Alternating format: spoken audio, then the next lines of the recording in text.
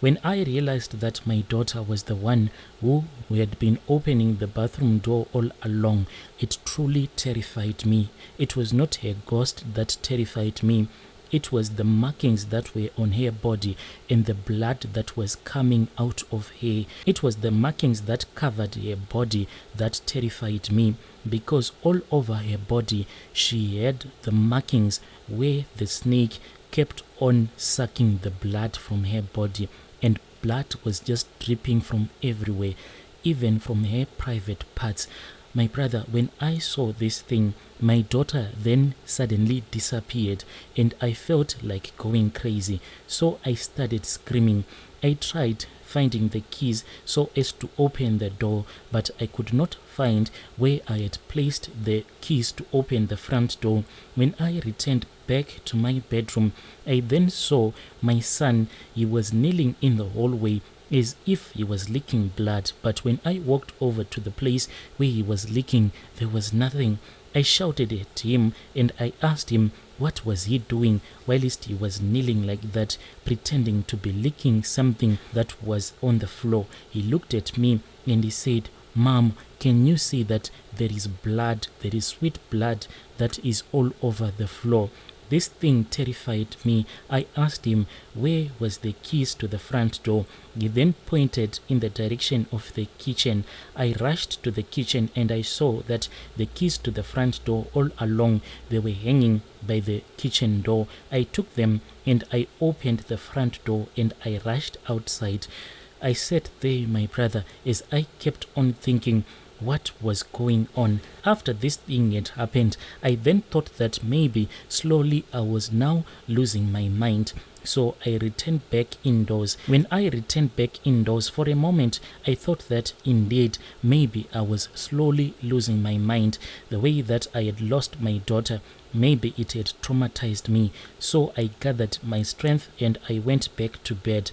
Throughout the night, my son, the one who is mentally ill, he kept on making some noises as if he was seeing someone, but I chose to ignore him. In my heart, I told myself that this is the life that I had chosen. I was a ritualist and I had to do whatever that needed to be done. And I kept on strengthening myself, and I told myself that the snake was going to protect me, for I had to be alive for it to be alive. Because when it came to me, it had told me that its heart had been tied to my heart. If it dies, then I will die.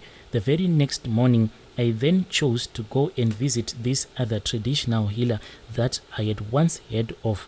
I visited that traditional healer, but unfortunately, I found out that he was not at his place. He had been called by this other family that wanted his help so that he can remove their tokoloshis. My brother, when I asked them if there was any other place that they could recommend, they told me of a place that was very, very far, but I drove there. I returned back home and I spoke with my son. I told him that he was not supposed to get out of the house, and I locked the gate. Food was there, everything was there. Anything that he needed was there. I didn't want him to get out of the house because I was afraid that maybe he would end up telling everyone about everything that was happening.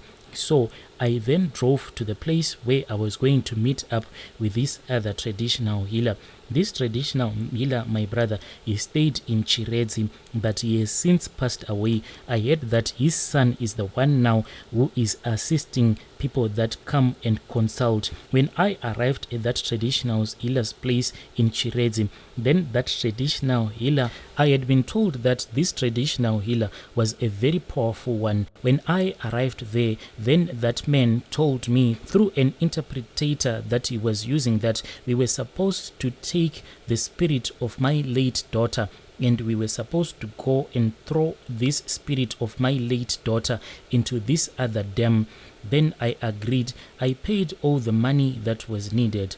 But on the day when we were supposed to go and throw away the spirit of my late daughter so that she won't bother me again, he said that he could help me, but there was only one problem, because I didn't even know that I was supposed to bring anything that had once belonged to my daughter.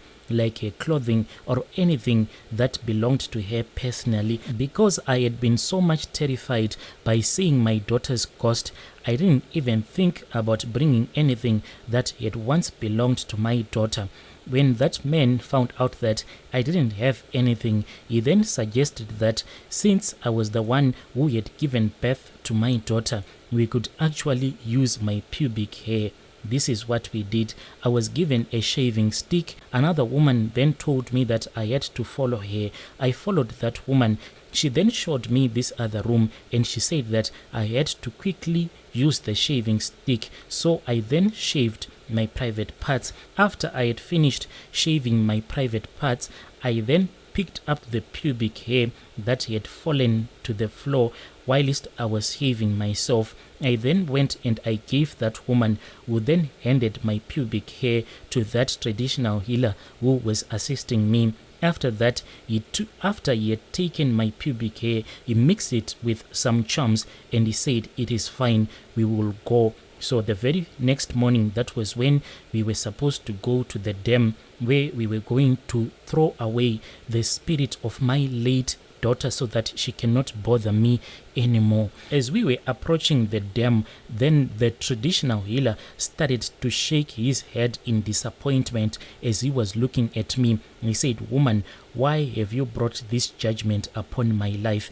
If this ritual does not succeed, I am going to refund you all of your money. I will never request anything from you. As long as I am still alive, I will never require anything from you." When we approached the dam, then there was a wind that rushed past us. The whirlwind started to form on top of the dam until it finally rested in the middle of the dam. I don't know if you can understand me or if you ever believe me, my brother, because that whirlwind started to act as if it was drilling the water.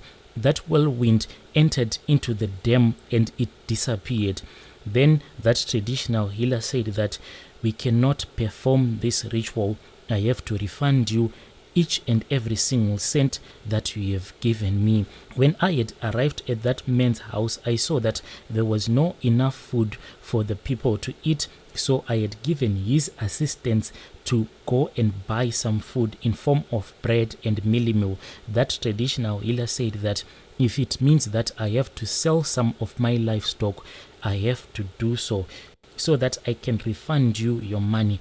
When I was about to leave, after he had refunded me my money, he said, "The next time that you are going to visit another traditional healer that will be willing to assist you so that you can chase away the spirit of your late daughter, ask the person that will be assisting you to transform the spirit of your late daughter so that she can no longer see herself as a human being, but she can see herself as a spiritual wife, but you have to give her a husband.